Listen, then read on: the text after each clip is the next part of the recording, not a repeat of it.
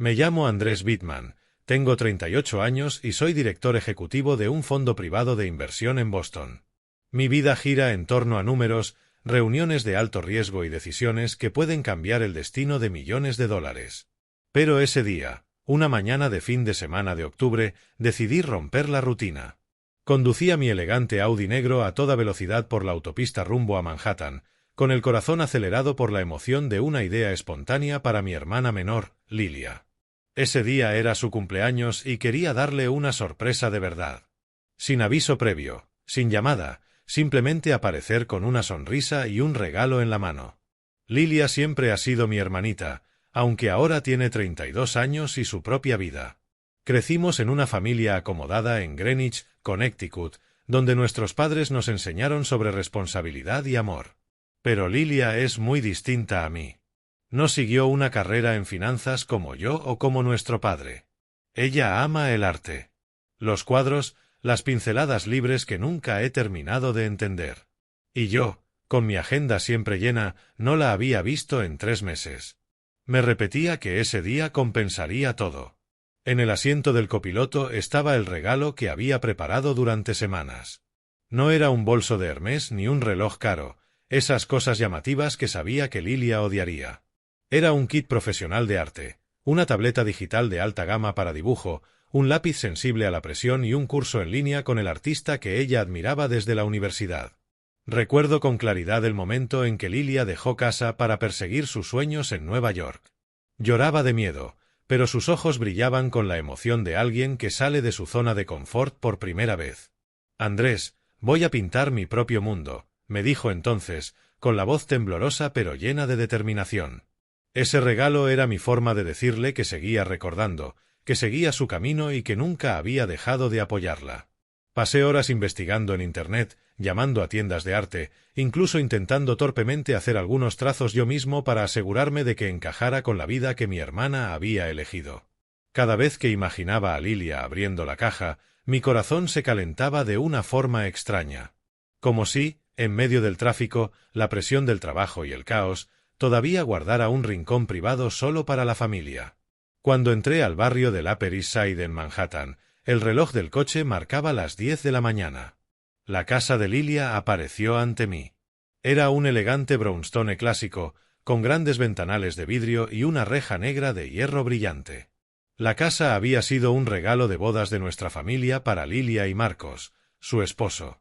Aparqué junto a la acera, apagué el motor y tomé el regalo de cumpleaños, con el corazón latiendo cada vez más rápido. Me imaginé a Lilia abriendo la puerta, los ojos abiertos por la sorpresa y luego abrazándome con fuerza. Pero al acercarme a la reja, noté que todo estaba extrañamente silencioso.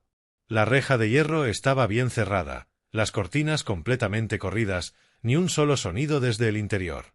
No había rastro del coche de Lilia ni del de Marcos en el garaje. Fruncí el ceño, diciéndome que quizá habían salido temprano. A Lilia le gustaba ir de compras los fines de semana o quedar con amigas en su cafetería favorita. Decidí no llamar de inmediato para no arruinar la sorpresa.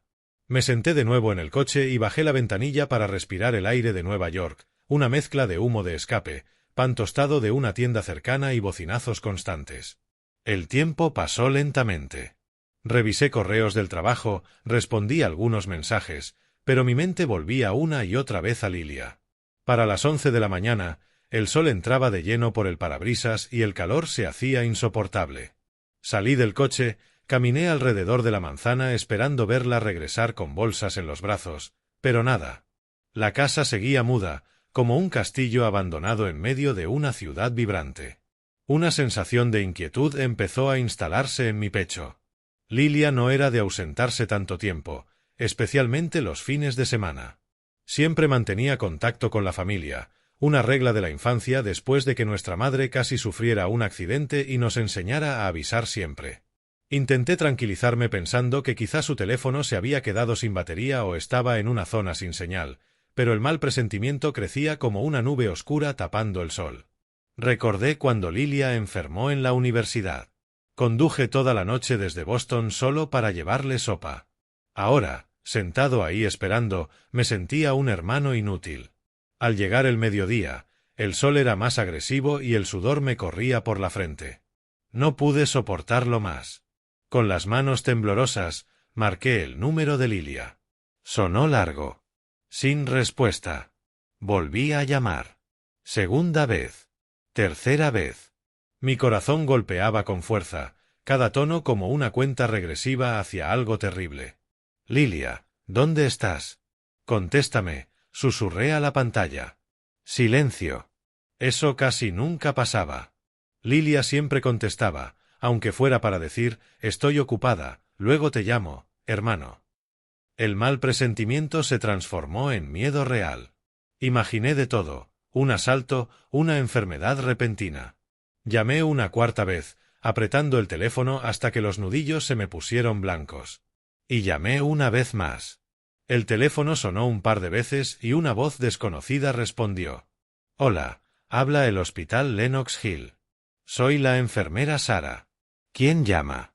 Su voz era profesional, firme, como la de alguien acostumbrada a emergencias. Mi corazón se detuvo. ¿Hospital? ¿Lilia? Soy Andrés Bittman, hermano de Lilia Bittman. ¿Por qué el teléfono de mi hermana está en el hospital? Mi voz se quebró, intentando mantener la calma sin lograrlo. La enfermera Sara hizo una breve pausa antes de hablar despacio. Señor Bittman, su hermana ingresó de urgencia hace unos días tras un accidente de tráfico. Actualmente se encuentra en estado crítico en la unidad de cuidados intensivos. Debe venir de inmediato. El mundo se derrumbó a mi alrededor. Me quedé paralizado, con el regalo aún apretado en la mano, el papel brillante reflejando el sol de forma cruel. Accidente de tráfico. Estado crítico. Lilia luchando por su vida en el hospital mientras yo, el hermano que creía protegerla, estaba ahí sentado esperando sorprenderla. La culpa me golpeó como una ola gigantesca. Arrojé el regalo al asiento trasero, encendí el motor y aceleré con tanta fuerza que las llantas chirriaron sobre el asfalto. El Hospital Lenox Hill estaba a solo unas calles, pero en ese momento la distancia se sentía como un océano.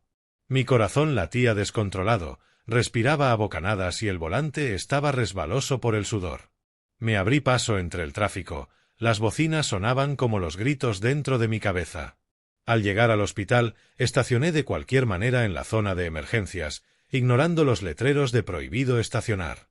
Entré corriendo al vestíbulo principal y el olor fuerte a desinfectante me golpeó como un puñetazo, mareándome.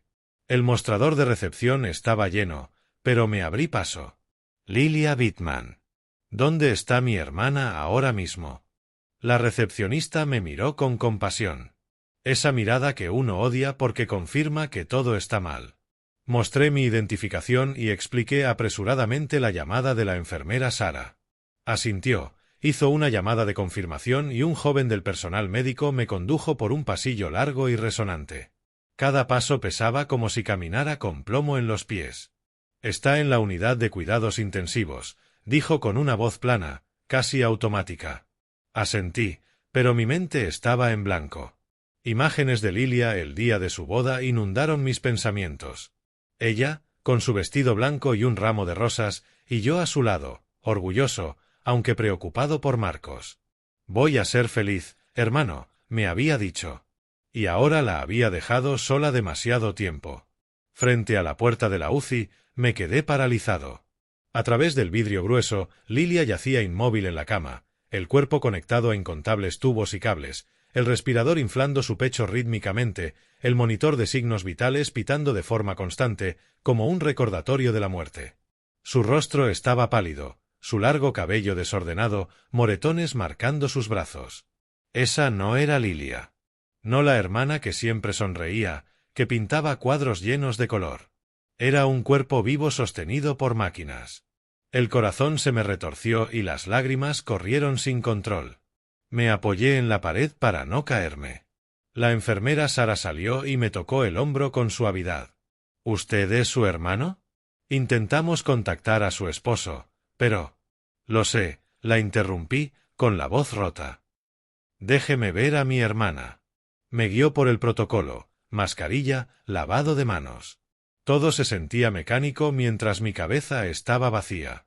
Me senté junto a la cama y tomé la mano de Lilia. Fría, Flácida, sin respuesta. Unos minutos después busqué al médico a cargo. No podía quedarme ahí sin saber la verdad. Necesitaba control en medio de ese caos. El doctor era un hombre de mediana edad, con gafas gruesas y una voz tan calmada que parecía fría. Confirmé que era familia directa, su hermano de sangre, y me llevó a una sala privada. La señora Bittman ha superado la fase crítica inicial tras el accidente, comenzó, revisando el expediente. Su vehículo chocó contra un camión, probablemente por pérdida de control. Realizamos una cirugía de emergencia para detener una hemorragia interna. Asentí, tratando de seguirlo. Pero luego continuó. Sin embargo, permanece en coma profundo y presenta falla multiorgánica. Hígado, riñones, pulmones, todos afectados. Su condición puede empeorar en cualquier momento. Estamos vigilando de cerca, pero debe prepararse. Esas palabras explotaron en mi cabeza. El zumbido en mis oídos era ensordecedor. Coma profundo. Falla multiorgánica. Todo se volvió fragmentos sin sentido. El miedo y la impotencia aplastaron mi forma habitual de pensar, siempre lógica y estratégica. «Doctor, ¿sabe cuándo despertará?», pregunté con la voz quebrada. Negó con la cabeza. «No podemos asegurarlo. Estamos haciendo todo lo posible». Salí de la sala con las piernas pesadas, la mente girando. Algo no encajaba. Lilia era buena conductora, cuidadosa. Tras recomponerme unos minutos en el pasillo, respirando hondo y secándome las lágrimas, regresé a la UCI. Observé el entorno, los pitidos de las máquinas, el olor a antiséptico. Y entonces lo noté. El esposo de Lilia no estaba por ningún lado. Marcos Collins, el atractivo marido que se hacía llamar empresario, no estaba allí. Me acerqué a la enfermera Sara. ¿El esposo de mi hermana ha venido?, pregunté, esforzándome por mantener la voz firme. Ella negó con la cabeza, con evidente pesar. «No, señor. Hemos llamado varias veces desde el primer día, pero no contesta. Era el contacto de emergencia, pero ha sido inútil». La rabia me recorrió como fuego. ¿Dónde estaba Marcos mientras mi hermana luchaba por su vida? Recordé el día de la boda. Su sonrisa amplia, su abrazo efusivo, pero sus ojos siempre esquivos cuando le preguntaba por su trabajo. «Lo amo, Andrés», me había dicho Lilia. Saqué el teléfono y llamé a Marcos una y otra vez. Sonaba y sonaba. Nada. Segunda llamada. Tercera. Silencio. Apreté el teléfono con fuerza. ¿Me estaba evitando o había algo peor? Justo cuando iba a volver a llamar, el teléfono vibró. Una notificación de redes sociales apareció en la pantalla bloqueada. Era de la aplicación X. Un comentario en una publicación de Marcos. Toqué la notificación casi por reflejo, con las manos temblando. La imagen que apareció me dejó helado. Marcos estaba de fiesta, celebrando con su familia en un yate de lujo. Champaña, risas, mar azul infinito. Vestía una camiseta blanca, gafas de sol, el brazo alrededor de una mujer desconocida. Y entonces lo comprendí. Era el mismo yate que nuestra familia le había regalado a Lilia hacía 5 años como parte del regalo de bodas y garantía para su futuro. El barco se llamaba Brisa Marina, nombre elegido por Lilia porque amaba el océano. Y él lo usaba para divertirse mientras su esposa estaba en el hospital. La ira me inundó. Quise destrozar el teléfono, ir a buscarlo, pero me contuve. Respiré hondo. La inquietud tomó forma clara. ¿Ese accidente había sido realmente al azar? Marcos ausente, sin contestar, viviendo como si nada. Algo estaba podrido. Sin dudarlo, llamé al investigador privado de la familia, Jacobo Arland, un ex policía que había trabajado con nosotros durante años. «Jacobo, soy Andrés Bittman. Necesito que investigues discretamente el matrimonio de mi hermana y ese accidente. Concéntrate en su esposo, Marcos Collins. No dejes nada fuera. Finanzas, pasado, todo». Le di un resumen rápido y añadí: «Y no le digas nada aún a mis padres. No quiero preocuparlos mientras esto no esté claro. Hazlo rápido». Aceptó y colgué, sintiendo que acababa de lanzar una bomba. Volví al lado de Lilia y le tomé la mano. Encontraré la verdad, hermanita. Te lo prometo. Pero en mi cabeza ya se desataba una tormenta. ¿Qué estaba ocultando Marcos? ¿Y Lilia? ¿Lo sabía? Esa noche no dormí. Permanecí sentado junto a su cama, esperando noticias de Jacobo. Esto ya no era solo un accidente. Era un secreto oscuro, y yo iba a sacarlo a la luz. Los días siguientes pasaron como una pesadilla interminable.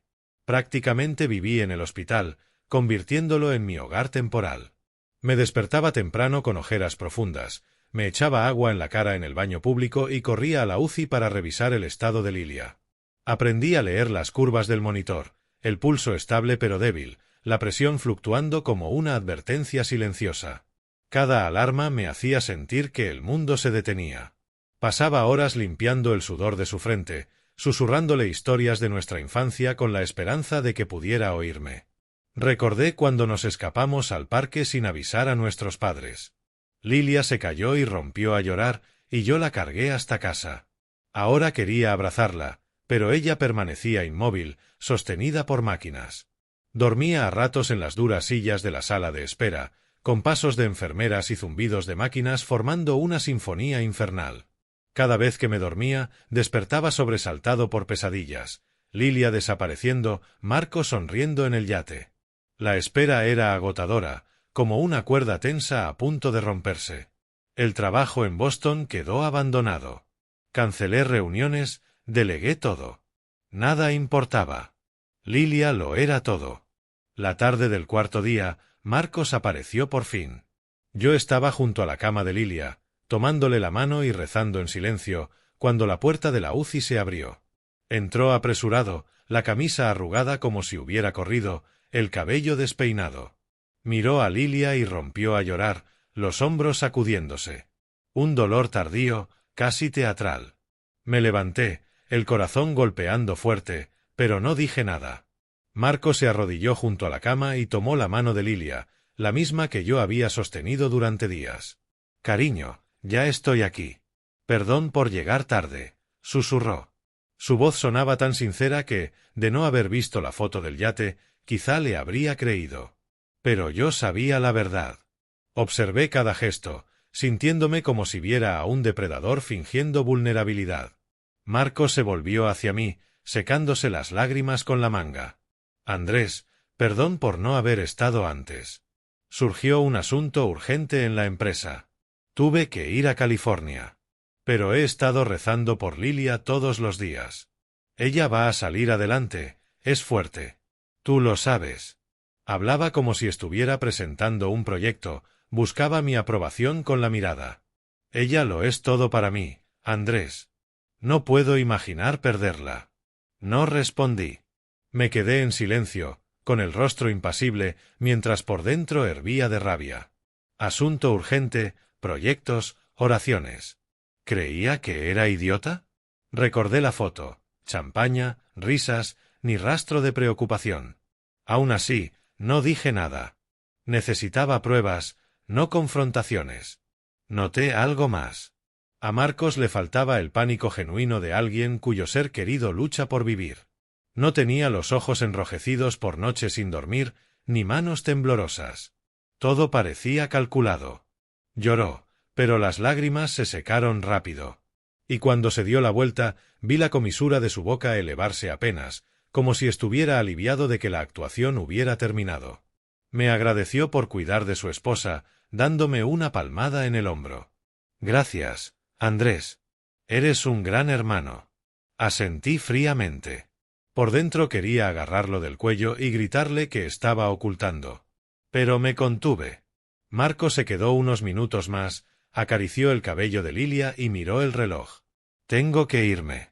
Reunión urgente. Volveré pronto. Cuida de Lilia por mí, ¿sí?» Y se fue, dejando tras de sí el olor a colonia barata mezclado con sudor. En los días siguientes, Marcos apareció de forma esporádica. Visitas breves.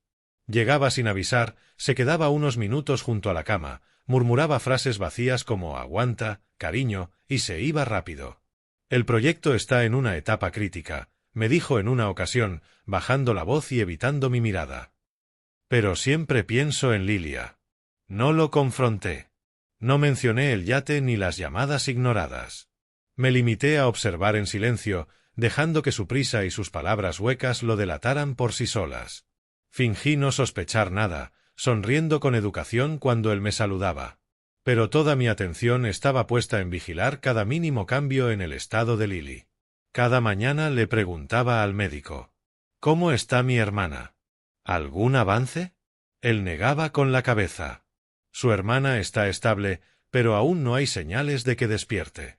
Yo me quedaba allí, anotándolo todo: ritmo cardíaco, presión arterial, dosis de medicamentos, como un inversor analizando gráficos bursátiles. Pero esto no era dinero. Era la vida de mi hermana. Por las noches, cuando el hospital quedaba en silencio, pensaba en Mark. ¿Qué estaría haciendo ahora?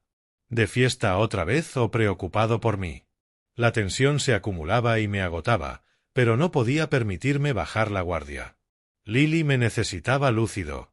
Unos días después, en una noche lluviosa, con el estruendo del viento golpeando las ventanas del hospital, el investigador Jack se puso en contacto conmigo. Mi teléfono vibró en el bolsillo y salí apresurado al pasillo para contestar. «Andrew, tengo el informe preliminar», dijo en voz baja. «Te lo envié por correo cifrado. Léelo, pero prepárate». Abrí mi portátil allí mismo, sentado en una silla de la sala de espera, con las manos temblando mientras introducía la contraseña. El informe apareció, detallado y frío como un estado financiero, y lo que leí hizo que el mundo se derrumbara otra vez. El informe demostraba que Mark había explotado a Lily y el matrimonio para acceder a las finanzas de nuestra familia, usando el dinero para fines personales descontrolados. No era el empresario exitoso que decía ser. Era un oportunista. Desde el mismo día de la boda, había convencido a Lily de firmar documentos para transferir fondos del fideicomiso familiar a cuentas conjuntas y luego los utilizó para inversiones de alto riesgo. Pero eso no era todo. Mark tenía un historial de adicción al juego, con registros en casinos de Atlantic City y pérdidas de cientos de miles. Consumía estimulantes, cocaína y drogas sintéticas, con comprobantes de compras en el mercado negro y, lo peor, inversiones en criptomonedas que terminaron en pérdidas catastróficas. Millones se evaporaron en plataformas fraudulentas. En ese momento, Mark había pedido prestados casi $5 millones a bancos, poniendo como garantía la casa adosada en Manhattan y el yate Sea Breeze, activos a nombre de Lily, regalos de la familia Bittman en la boda, hacía 5 años. Me quedé paralizado bajo las luces de neón parpadeantes, apretando el portátil con fuerza. ¿Cómo podía ser posible? La casa de Manhattan, el yate, los regalos que le dimos para asegurar el futuro de Lily, ahora eran herramientas para cubrir sus deudas. El informe incluía fotos de documentos, con firmas de Lily que probablemente habían sido obtenidas bajo engaño o presión. Recordé el día de la boda, a mi padre dándole una palmada en el hombro a Mark. «Cuida de mi hija». «Por supuesto, señor», había respondido él, sonriendo. Ahora quedaba claro que el matrimonio que Lily defendía a toda costa solo había sido un instrumento para que Mark la exprimiera y la arrastrara a una espiral peligrosa que nuestra familia jamás imaginó. Lily me había dicho una vez: «Mark está haciendo grandes inversiones, hermano. Vamos a ser ricos». Yo había sonreído, creyendo que era normal. Ahora me sentía un idiota. Las lágrimas cayeron, pero no eran de tristeza, sino de rabia. Rabia contra Mark, rabia contra mí mismo por no haberlo visto antes. «Lily, ¿qué has tenido que soportar?», susurré al volver a la UCI. Ella seguía allí, inmóvil, pero ahora sabía que ese accidente probablemente estaba relacionado con él. La tormenta en mi cabeza se convirtió en un torbellino. Mark no era un esposo. Era un estafador. Y haría que pagara. Ya no veía lo que ocurría como simples corazonadas o sospechas personales. Esto era evidencia clara, como números rojos brillando en un balance anunciando bancarrota. El informe de Jack no era ninguna broma. Era prueba en blanco y negro de un matrimonio podrido, donde Lily había sido usada como un peón sacrificable. Me senté junto a la cama de mi hermana, observando las ondas débiles pero constantes en el monitor de signos vitales, los pitidos monótonos resonando en la habitación blanca y fría. La impotencia inicial fue dando paso a una claridad helada, demasiado familiar para mí por mi trabajo. No iba a permitir que siguiera así. Salí al pasillo, saqué el teléfono y llamé a Jack, con voz baja, sin rodeos. Investiga más a fondo. Flujos de dinero, préstamos, movimientos, historial de transacciones. Todo. No te saltes nada. Necesito el panorama completo. Tras colgar, volví a la habitación y tomé la mano de Lily una vez más. Si Mark creía que podía evadir esto como un juego, desde ese momento había decidido arrastrarlo a la luz paso a paso, sin prisa, pero sin piedad. Jack aceptó y prometió novedades en unos días. Mientras tanto, imprimí rápidamente el informe preliminar, lo guardé en mi maletín y salí apresurado hacia el estacionamiento. El hospital Lenox Hill ya se sentía como una prisión, y necesitaba aire para respirar. Conduje a toda velocidad hacia Greenwich, Connecticut, la casa de nuestros padres donde crecimos. La autopista I-95 estaba congestionada, pero zigzagueé sin pensar, apretando el volante hasta que los nudillos se me pusieron blancos. Cada kilómetro traía recuerdos. Lily pequeña corriendo por el jardín, papá enseñándome sobre inversiones, mamá abrazándonos cada noche. Ahora tenía que romper todo eso para salvar a mi hermana. Mi aparición repentina dejó a mis padres en shock. Aparqué frente al garaje y entré sin llamar, como hacía de niño. Papá, Richard, leía el periódico en la sala. Mamá, Eleanor, preparaba té en la cocina. En cuanto vieron mi rostro tenso y los ojos enrojecidos, supieron que algo grave había ocurrido. «Andrew, ¿qué pasa?», preguntó mamá, con la voz temblorosa, dejando caer la cuchara. Papá se levantó, se quitó las gafas, con el rostro serio. «Dinos, hijo, ¿qué está pasando?». El ambiente de la casa, con olor a pan tostado y flores frescas, se volvió pesado como plomo. Me senté en el sofá de cuero de siempre, con las manos temblando mientras abría el maletín. «No puedo andar con rodeos», dije. «Lily tuvo un accidente. Está en un hospital de Manhattan, en cuidados intensivos. Sigue en coma profundo, con fallo multiorgánico. Su estado puede empeorar en cualquier momento». Las palabras salieron como una presa rompiéndose, y sentí el rostro arderme. La noticia dejó a mis padres en silencio durante unos segundos eternos. Mamá se quedó inmóvil, con la mano en la boca, y luego rompió a llorar. ¿Cómo pudo pasarle esto a ella? Corrió a abrazarme, con los hombros sacudiéndose. Papá permaneció callado mucho tiempo, el rostro ceniciento, los puños apretados contra los brazos del sillón. Era un hombre fuerte, que había construido un imperio financiero desde cero, pero ahora parecía más viejo que nunca. «¿Cómo fue el accidente?», preguntó al fin. «¿Cuándo?». Resumí brevemente: la llamada de la enfermera, Lily en la UCI, la ausencia de Mark. Ellos escucharon, mamá llorando, papá asintiendo lentamente. Cuando el aire se calmó, solo quedaban los sollozos de mamá y el tic-tac del reloj. Coloqué los documentos de la investigación sobre la mesa de centro, hojas impresas llenas de cifras, recibos, historiales de transacciones. Pero eso no es todo. Mark tiene un pasado turbio. Contraté a un investigador y esto es lo que encontró. Les conté todo lo que sabía: deudas crecientes, adicción al juego y a las drogas, pérdidas enormes en criptomonedas. Cómo había usado el matrimonio para acceder a los activos familiares, la casa, el yate, incluso los ahorros de Lily. Había pedido prestados 5 millones, usando como garantía los regalos que nosotros mismos le dimos. Mi voz se quebró, pero me mantuve firme. Mis padres escuchaban, sus rostros cambiando de color. La rabia estalló como fuego avivado por el viento. «Ese desgraciado», gritó mamá, secándose las lágrimas. «Voy a llamar a la policía ahora mismo. Hay que exponerlo todo». Papá golpeó la mesa. «Exacto. No vamos a dejar esto así. Contrataré a los mejores abogados. Lo dejaremos sin nada». El salón se transformó en una sala de guerra, tenso hasta el ahogo. Pero levanté la mano, con voz firme. «Por favor, cálmense. Actuar impulsivamente ahora sería un error.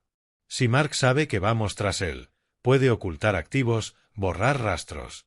Cada movimiento debe ser rápido, limpio y legal, sin margen para que contraataque. Nos sentamos a planear meticulosamente bajo la luz cálida del salón. Mamá preparó café para tranquilizarse, mientras papá revisaba el informe con los ojos calculadores que yo conocía bien de las juntas directivas. Acordamos el plan: acercarnos a los bancos y comprar toda la deuda de Mark, convirtiéndonos en el acreedor legítimo. Así lo controlamos, expliqué. Sin confrontación directa, pero lo pierde todo. Papá asintió despacio. Tiene sentido. Tengo contactos en el banco. Usaremos una entidad intermediaria para mantenernos anónimos. Mamá me miró, preocupada. ¿Y Lily, cuándo despierte? La abracé y hablé con suavidad, pero con firmeza. Lo hacemos por ella, para protegerla. La conversación se alargó hasta entrada la noche. Definimos cada paso: quién contacta a quién, plazos, riesgos, planes de contingencia. Sentado allí, sentí que estaba cerrando el acuerdo más grande de mi vida. Pero esta vez no era dinero lo que estaba en juego. Era justicia para mi hermana. Los trámites avanzaron con urgencia y discreción. A la mañana siguiente regresé al hospital para ver a Lily. Sin cambios, seguía en coma profundo. Luego llamé al abogado de la familia. Papá contactó al banco a través de una filial, una entidad anónima para evitar exposición. Transferimos los fondos con rapidez, adquiriendo la deuda de 5 millones más intereses, un trato frío como cualquier operación en Wall Street. Jack envió más informes, flujos de dinero hacia casinos, cuentas offshore, incluso recibos de compra de cocaína. Todo encajaba.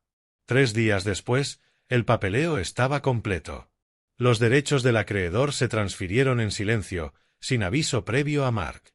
Y entonces, la casa de Manhattan y el yate Sea Breeze, a nombre de Lily, fueron embargados de inmediato según las cláusulas de garantía. Todo frío, legal, inapelable. El abogado envió un correo a Mark. Activos ejecutados por incumplimiento contractual. Me imaginé su rostro palideciendo al leerlo. Según el plan, papá contactó directamente al banco. Como cabeza de la entidad que ahora controlaba la deuda y las cuentas a nombre de Lily, solicitó el bloqueo de todas las tarjetas secundarias y líneas de crédito que Mark utilizaba. El banco confirmó la validez y ejecutó la orden de inmediato. Desde ese momento, el flujo de dinero del que Mark dependía para su vida de lujos, fiestas, yates y vuelos en primera clase, quedó completamente cortado. Sabía que entraría en pánico. Y así fue. Horas después, el abogado nos reenvió grabaciones de las llamadas desesperadas de Mark al banco. ¿Qué está pasando? Esto tiene que ser un error. Su voz se quebraba. Necesito hablar con el gerente. Esa es la propiedad de mi esposa. Pero nadie revirtió nada. Todo era legal, claro, sin resquicios. Capa tras capa, su fachada empezó a resquebrajarse. Comprendió que lo había sostenido, el dinero de la familia Bittman y el prestigio prestado del nombre de Lily, se estaba desmoronando sin que pudiera hacer nada. Yo, después de resolver temporalmente los asuntos financieros entre llamadas y abogados, regresé a la zona de la UCI con el corazón pesado, como si llevara una roca en el pecho. Caminé lentamente por el pasillo del hospital, mis pasos resonando en el espacio frío. Las cifras de la deuda y los activos incautados solo eran el primer paso. Sabía que la verdadera pesadilla aún estaba por venir. Y Lily seguía allí, inmóvil tras la puerta de la UCI, conectada a máquinas, un recordatorio cruel de que por mucho control que tuviera afuera, aquí seguía siendo impotente ante la frágil línea entre la vida y la muerte. La enfermera Sara me saludó con su sonrisa cansada de siempre. Su estado está un poco más estable hoy, señor Andrew. No hay señales de empeoramiento. Asentí agradecido, pero no me detuve. Busqué al médico principal de Lily, el doctor David Arland, un hombre de mediana edad, con gafas gruesas y una voz tan calmada que a veces me irritaba, como si estuviera demasiado distante de mi miedo. Llamé a la puerta de su despacho. Doctor Arland, necesito más detalles sobre el estado de mi hermana. Él asintió, me hizo pasar y cerró la puerta. El despacho se sentía sofocante, con expedientes médicos apilados y olor a café frío. Revisó el historial de Lily, pasando páginas llenas de datos. Señor Bitman, ya lo hemos comentado brevemente, pero si quiere detalles. Mi corazón empezó a latir más rápido. Cuando Lily ingresó en estado crítico, los análisis iniciales mostraron indicadores anormales. Continuó con voz serena, pero cargada de significado. Según los análisis, Lily presentaba signos de hipoglucemia severa justo antes del accidente. Niveles de azúcar peligrosamente bajos, lo que pudo causarle mareos, pérdida de concentración, probablemente la pérdida de control del vehículo. Fruncí el ceño. Lily no es diabética. Siempre ha estado sana. Exacto, confirmó. No tiene antecedentes que expliquen esto. Además, sus niveles de insulina no eran coherentes con una respuesta natural del cuerpo. Estaban anormalmente elevados, como si la hipoglucemia hubiera sido inducida. Sus palabras explotaron en mi cabeza. ¿Intervención externa? Dijo con cautela que no podían descartar que la insulina proviniera de una fuente externa, aunque se necesitaba más tiempo y pruebas. Podía haber sido medicación, una inyección o incluso mezclada con comida. El caso ya había sido reportado a las autoridades, pero no había conclusiones oficiales. Me quedé helado. En mi mente apareció la imagen de Mark, la única persona lo suficientemente cercana como para conocer las rutinas diarias de Lily. Recordé una vez que me dijo, en tono tranquilo: Lily ha estado débil últimamente. Yo me encargo. No te preocupes, Andrew. Entonces le creí. Ahora esas palabras resonaban de otra forma. Si nada era casual, ¿qué había estado haciendo Mark realmente? Salí del despacho respirando con dificultad, con las emociones desbordadas. Intenté caminar despacio por el pasillo, pero la inquietud crecía como una ola imparable. Apreté los puños, sudor frío recorriéndome pese al aire acondicionado. Esto no había sido un accidente. Era un crimen. ¿Mark le había inyectado insulina a Lily? ¿Para cubrir deudas, para quedarse con los activos? La idea me revolvió el estómago. Me detuve junto a una ventana, mirando las calles agitadas de Manhattan, pero todo se volvió borroso. Los recuerdos regresaron como una película antigua rebobinándose. La noche en que Lily presentó a Mark en casa, en Greenwich. Entró tomada de su mano, con los ojos brillantes. Familia, este es mi novio, Mark. Es maravilloso. Él sonrió, me estrechó la mano con firmeza, pero evitó mi mirada. Desde ese primer momento sentí algo raro. Preguntaba demasiado por mi trabajo, por la familia Bitman. Recordé cómo mis padres y yo la advertimos. Cariño, tu padre cree que Mark es inestable. ¿A qué se dedica exactamente? Preguntó papá una vez. Solo queremos que seas feliz, pero asegúrate, dijo mamá con suavidad. Lily lo desestimó todo. No se preocupen. Mark es genial. Está empezando su negocio. Sus ojos brillaban como si él fuera un príncipe de cuento. Lily, no me da buena espina, le dije yo. Ella lloró. No te metas en mi vida. Lo amo. Guardé silencio para no perderla. Ahora recordaba cómo se casó pese a las dudas de todos. El día de la boda, vestida de blanco, radiante, pero con un destello de inquietud cuando Mark firmó documentos de propiedad. ¿Estás segura? Le susurré. Sí, hermano. Este es mi futuro. La rabia creció, mezclada con culpa por no haber insistido más, por dejar que el trabajo me absorbiera, por reemplazar visitas reales con llamadas apresuradas. Golpeé suavemente la pared fría del pasillo. El dolor en el puño no era nada comparado con el que sentía dentro. Allí, entre el zumbido lejano de las máquinas, entendí que nada de esto era coincidencia. El accidente, la hipoglucemia, todo llevaba a Mark. Desde ese momento supe que no podía ignorarlo. Tenía que actuar. Salí del hospital tras una última mirada a Lily. Seguía inmóvil, el respirador inflando su pecho rítmicamente, recordándome que el tiempo se agotaba. Corrí al estacionamiento, encendí el Audi y conduje a toda velocidad hacia el apartamento temporal que Jack había localizado como escondite de Mark. Ya no estaba en la casa de Manhattan. Con los activos embargados, se ocultaba en un complejo barato en las afueras. Las calles de Nueva York estaban congestionadas, bocinas sonando, pero no me importaba. Al llegar, Ya anochecía. Las luces amarillentas iluminaban un edificio deteriorado, con paredes descascaradas. Aparqué de golpe, tomé el ascensor maloliente y subí con una sola idea: sacar todo a la luz. El apartamento estaba en el 5.º piso, número 512. Golpeé con fuerza. Hubo movimiento dentro. La puerta se abrió. Mark apareció con una camiseta arrugada, el cabello desordenado y ojeras profundas. Parecía 10 años mayor que la última vez que lo vi. Al verme, el pánico cruzó su rostro por un segundo, como un animal acorralado, antes de recuperar su falsa compostura. «Andrew, ¿qué haces aquí? ¿Ha pasado algo con Lily?», preguntó, intentando sonar tranquilo, aunque su mano temblaba en el marco de la puerta. Entré sin pedir permiso. «Sabes perfectamente por qué estoy aquí. Basta de actuar. Dime la verdad. ¿Tuviste algo que ver con lo que le pasó a Lily? Activos embargados, deudas enormes y luego el accidente. ¿Crees que no voy a unir los puntos? El apartamento era un desastre: botellas vacías, cosas tiradas, olor a tabaco y sudor. Cerró la puerta, forzó una sonrisa. «Andrew, cálmate.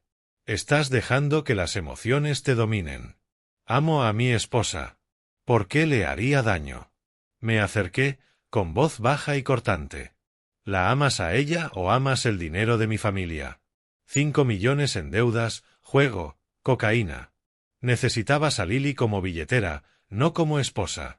Retrocedió, alzando la voz. «¿Me estás insultando? Soy su marido». Solté una risa amarga. «La amaste hipotecando sus bienes, usándola como escudo para tus deudas». Lo miré fijamente.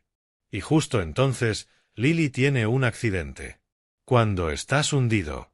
Demasiada coincidencia. Mark apretó la mandíbula, los ojos temblándole. Retrocedió medio paso y luego se recompuso de golpe, alzando la voz como si intentara convencerse a sí mismo. «Los accidentes pasan. El tráfico es impredecible. Nadie puede prever algo así. Estoy destrozado, Andrew. He rezado por Lily todos los días». Lo miré sin pestañear. «¿Rezando para que viva o rezando para salirte con la tuya?». Mark se quedó congelado durante un segundo. Continué, con el mismo tono plano. «El médico mencionó niveles anormales de insulina en la sangre de Lily». Su rostro cambió por completo. «¿Insulina en la sangre de Lily?», repitió con la voz extrañamente aguda. «No sé de qué estás hablando. Lily no es diabética». No aparté la mirada. «Precisamente por eso es anormal. Y tú lo sabes».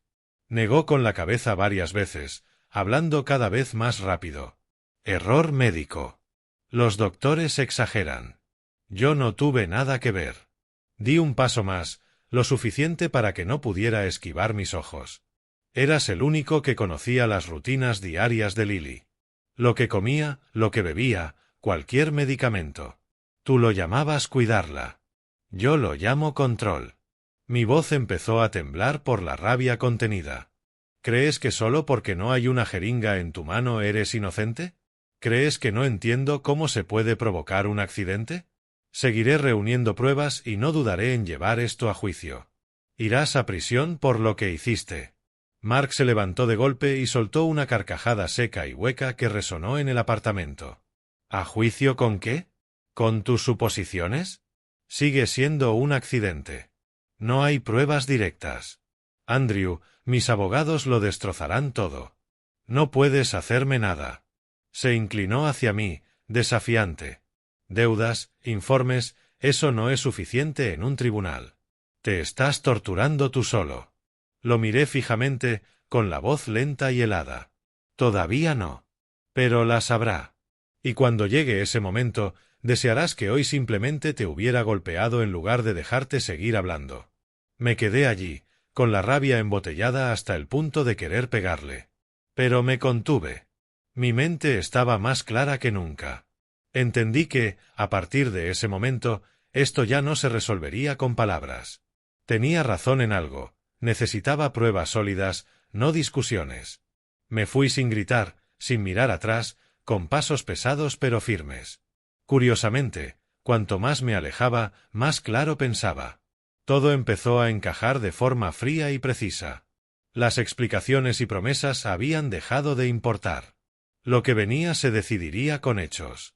De camino al hospital llamé de inmediato al abogado privado de la familia, el señor Thomas Riley, un veterano penalista de Boston que ya nos había ayudado en varios litigios financieros. Tengo el expediente completo de Mark Collins. Deudas, adicciones y ahora sospecha de haber dañado intencionalmente a mi hermana. Necesito que presentes todo de inmediato y lo lleves correctamente a juicio. Mi voz estaba extrañamente calmada, aunque el corazón me latía con fuerza. El señor Riley guardó silencio unos segundos. Envíame todo, Andrew. Pero sabes que la evidencia circunstancial no basta. Necesitamos certeza. Lo sabía, pero no podía esperar más. Le envié todo el dossier recopilado, el informe de Jack, el historial de búsquedas de Mark, los recibos de compra de insulina obtenidos en el mercado negro, los estados bancarios. Todo era como una bomba de tiempo, y yo pensaba hacerla estallar en el tribunal. Los días siguientes fueron una pesadilla administrativa. El señor Riley actuó con rapidez, presentando cargos contra Mark por fraude financiero, abuso y sospecha de daño intencional que derivó en el accidente. El tribunal aceptó el caso y las partes involucradas fueron citadas una por una para declarar. Primero declaró el Dr. Arland. En la sala de declaraciones explicó con voz firme los niveles anormales de insulina y la hipoglucemia no natural. Desde el punto de vista médico, existen indicios de intervención externa. Luego declaró la enfermera Sarah, confirmando que Mark nunca visitó el hospital ni respondió llamadas. También comparecieron empleados bancarios y el investigador Jack, quien presentó su informe detallado. El señor Collins hipotecó activos a nombre de su esposa y los movimientos financieros muestran flujos constantes hacia apuestas y estimulantes. Yo escuchaba con el corazón acelerado. Mark fue citado al final. Llegó acompañado de su abogado, Victor Lang, un hombre famoso por ganar casos difíciles. A través del vidrio vi a Mark aparentemente sereno, aunque sus ojos evitaban las miradas. Las audiencias preliminares avanzaron rápido y con una tensión asfixiante.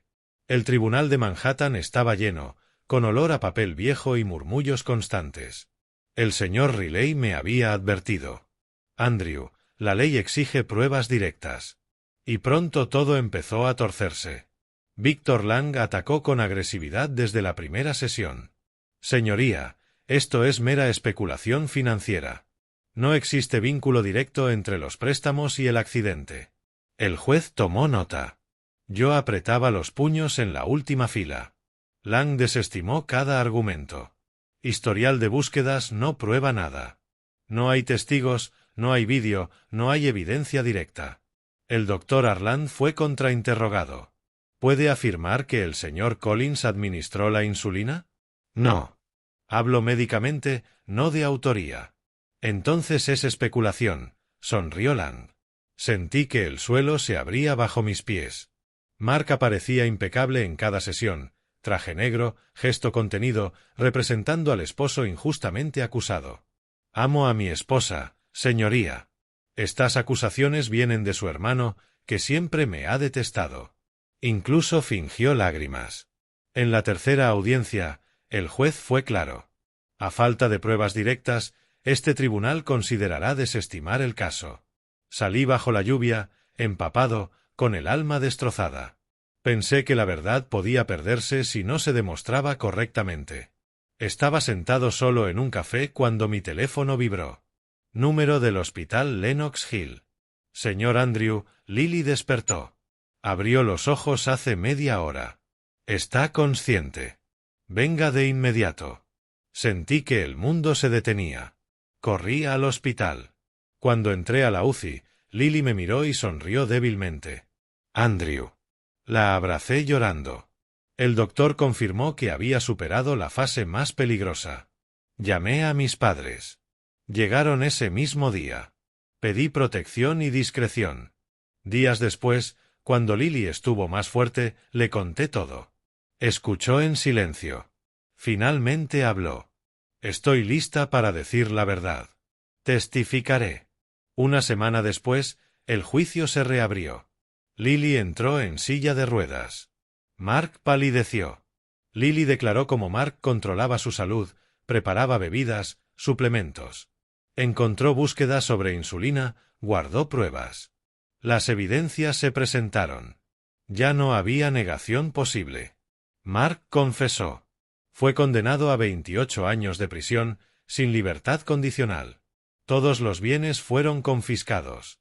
Salimos del tribunal en silencio. No hubo victoria, solo alivio. Regresamos al hospital. Lily sonrió. Ya terminó, hermano. Pero yo sabía que el dolor seguía. Con el tiempo, Lily volvió a Greenwich para recuperarse. La casa se llenó de silencio. Ella ya no era la misma. Apenas hablaba, miraba al jardín durante horas. Una noche, mamá me tomó del brazo en la cocina. Hijo, Lily no solo se está recuperando del accidente. Está cargando algo más. Papá, en silencio, encendió un cigarro. Y supe que, aunque la justicia había llegado, la sanación apenas comenzaba. Tomó una bocanada profunda y luego habló despacio. Tienes razón, Andrew. Ella evita mencionar a Mark. Evita hablar del accidente. Pero sus ojos, hizo una pausa. Sus ojos ya no tienen vida.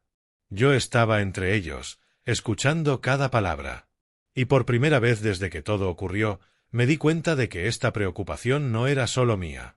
Toda la familia sentía que algo estaba profundamente mal con Lily. Sus palabras me inquietaron cada vez más, aunque, en apariencia, todo ya se había cerrado. Mark en prisión, bienes incautados, justicia cumplida. Entonces, ¿por qué Lily seguía como un fantasma? Me pregunté si había pasado algo por alto, si el accidente había dejado heridas psicológicas más profundas de lo que creíamos. De vuelta en Boston, pasaba noches en vela, la mente llena de imágenes de Lily sentada sola, con la mirada vacía. Incapaz de quedarme callado, la presioné varias veces para que hablara. La primera fue en el jardín, sentados en el columpio. Hermanita, ¿qué me estás ocultando? Dímelo. Lily apartó la mirada, con la voz cansada. Nada, hermano. Estoy cansada. Necesito tiempo. La segunda fue en la cocina, mientras mamá había salido de compras. Lily, veo que no eres feliz. No es solo por Mark ni por el accidente. Ella negó con la cabeza. Estoy bien. No te preocupes por mí. Cada vez me preocupaba más, como si chocara contra un muro invisible. Recordé los viejos tiempos. Lily solía contarme todo, desde amores de la escuela hasta problemas del trabajo. ¿Por qué ahora estaba tan cerrada? Me culpé. Tal vez estaba demasiado ocupado, tal vez no estuve lo suficiente. Pero no me detuve. Seguí visitándola, llevándole flores, libros, intentando arrancarle una sonrisa. Un día, con el frío otoñal en Greenwich y las hojas doradas cubriendo el jardín, me senté a su lado en el sofá de la sala. Le tomé la mano más tiempo de lo habitual. Te quiero mucho. Sea lo que sea, dímelo. Lily me miró, los ojos brillantes, y de pronto rompió en llanto. Las emociones contenidas se desbordaron como una presa rota. Sus sollozos resonaron en la casa silenciosa. La abracé con fuerza, el corazón acelerado. Llora. Te hará bien. Yo te escucho. Lily lloró durante mucho tiempo, con los hombros temblando, empapando mi camisa. Entonces, entre lágrimas, me confesó que había estado embarazada y que el accidente había acabado con el bebé que llevaba dentro, un dolor que había enterrado todo ese tiempo. Tenía 3 meses de embarazo, pero el accidente se llevó al bebé. Hermano, dijo con la voz rota, apretándome la mano. Me quedé paralizado, como si un rayo me hubiera atravesado. ¿Embarazada? ¿Cómo no lo supe? Lo mantuve en secreto para sorprender a Mark. Pensé que todo estaría bien. Lo que más la destrozó no fue solo perder al bebé, sino darse cuenta de que el responsable indirecto de su muerte había sido su propio padre, el hombre en quien ella confiaba por completo. Él provocó el accidente para ocultar sus deudas y al final nos quitó a nuestro hijo, sollozó. Lily contó que llevaba tiempo sospechando de Mark, pero que lo amaba. Intentó salvar el matrimonio por el bebé. Pensé que un hijo lo cambiaría. Dijo que en el hospital, apenas despertó, los médicos le dijeron la verdad.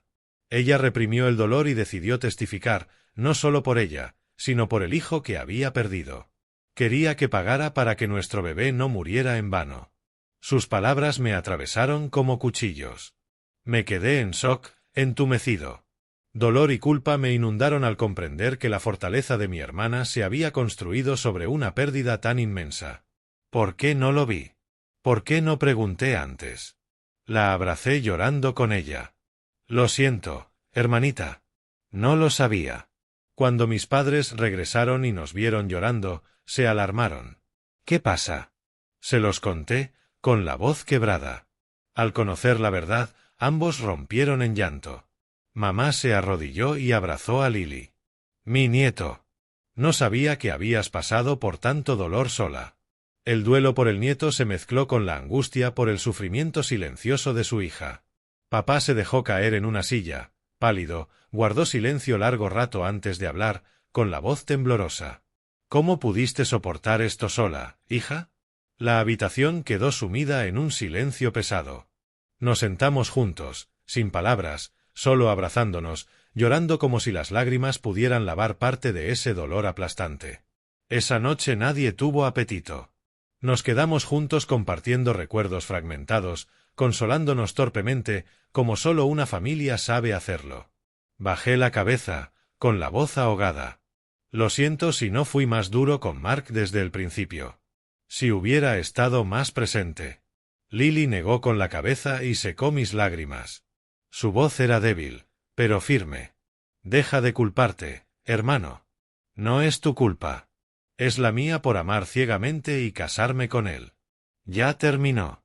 Esas palabras no borraron el dolor, pero me ayudaron a entender que, en ese momento, lo único que podíamos hacer era permanecer juntos. Unas semanas después, cuando Lily estaba un poco más fuerte, empezando a caminar y a pintar de nuevo, decidí visitar a Mark en prisión. Llevaba conmigo todo lo que Lily nunca dijo. Conduje hasta la prisión federal en Nueva York, con el corazón pesado. Los trámites fueron largos, pero fui paciente. Mark apareció tras el grueso cristal, con el uniforme holgado de preso.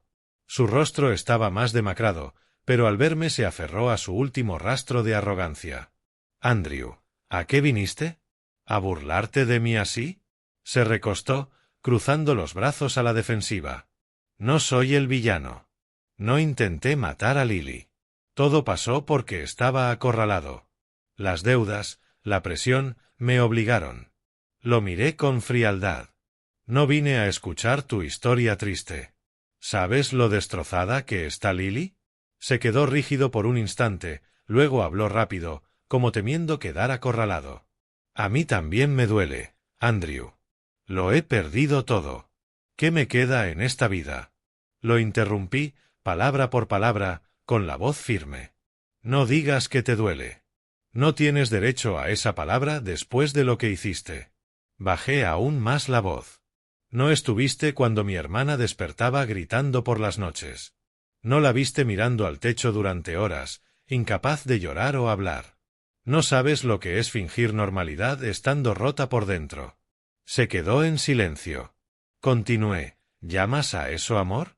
Amor es dejarla cargar sola con las consecuencias mientras tú te escondes detrás de las circunstancias». Lo miré fijamente. «Mark, ¿sabes que indirectamente mataste a tu propio hijo?» Se quedó helado. «¿Qué acabas de decir?» Su voz temblaba. «¿Dices que Lily estaba embarazada?» No aparté la mirada. «Lily llevaba a tu hijo, y el accidente que provocaste le quitó la vida». Mark se levantó de golpe, la silla metálica cayó al suelo. Se lanzó contra el cristal, con los ojos desorbitados, buscando en mi rostro alguna señal de mentira. «Estás mintiendo, ¿verdad? ¿Solo quieres asustarme?» Guardé silencio. Ese silencio fue suficiente. Sus ojos pasaron del pánico al derrumbe total. «Di algo, dime algo», suplicó. Lily estaba realmente embarazada. Golpeó el cristal con las manos, la respiración agitada. «No lo sabía. Si lo hubiera sabido, no lo habría hecho. Lo juro». Lo miré por última vez y me levanté despacio. No dije nada más. Detrás de mí, los gritos de Mark estallaron, desesperados y rotos. No me volví. Él ya lo sabía, y esa verdad lo perseguiría el resto de su vida. Ese era el castigo más pesado.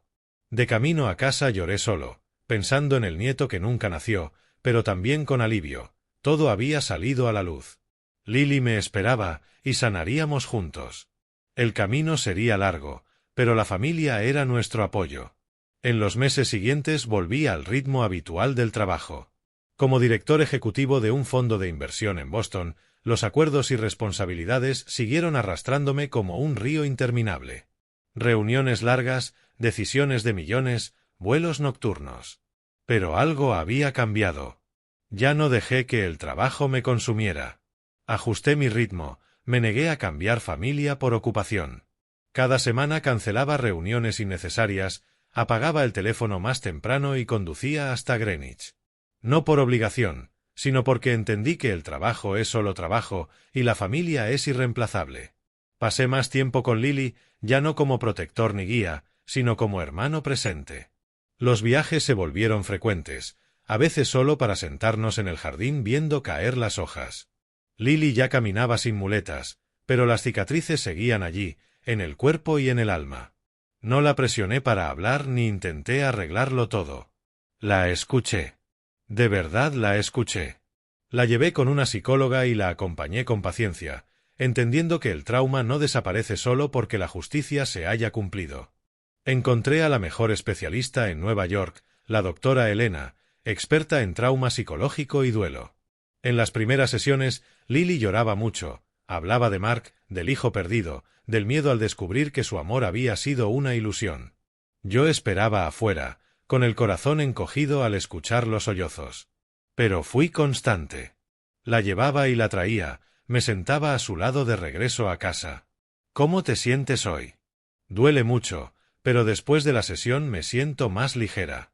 Entendí que las heridas no sanan de un día para otro.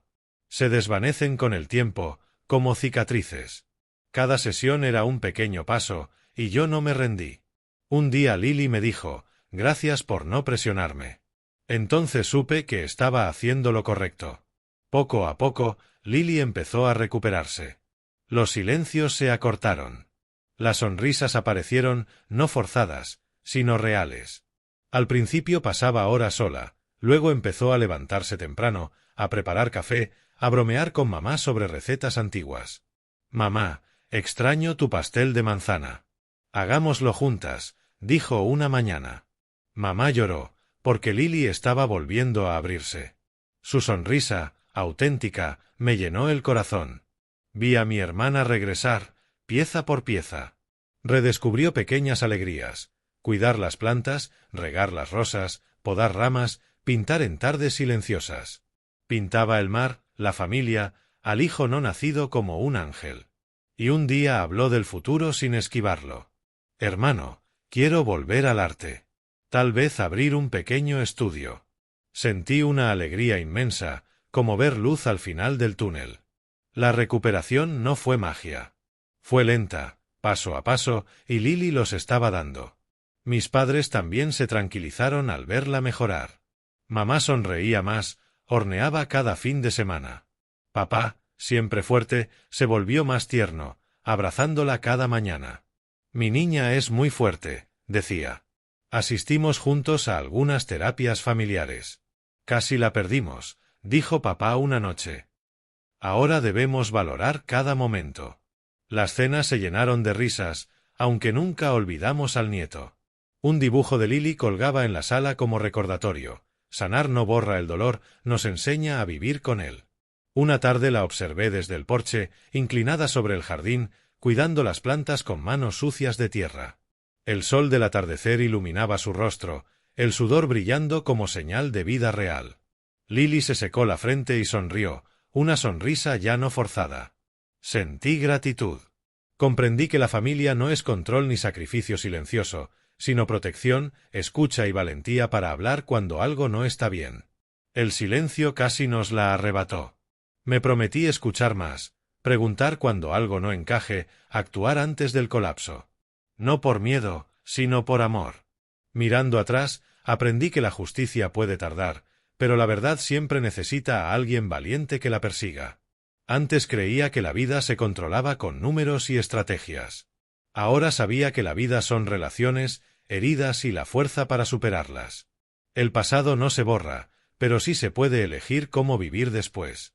No olvidando, sino siendo más sabios y humanos. Lily corrió hacia mí desde el jardín y me abrazó. Hermano, sin ti no habría tenido fuerzas para seguir. La abracé con alivio. No, Lily. Tú eres la más fuerte. Sobreviviste. Nos quedamos allí, bajo la luz que se apagaba. Sabía que estaríamos bien. No porque todo sanara, sino porque aprendimos a vivir con las cicatrices. La vida empezaba de nuevo. No perfecta, pero lo suficientemente fuerte para continuar.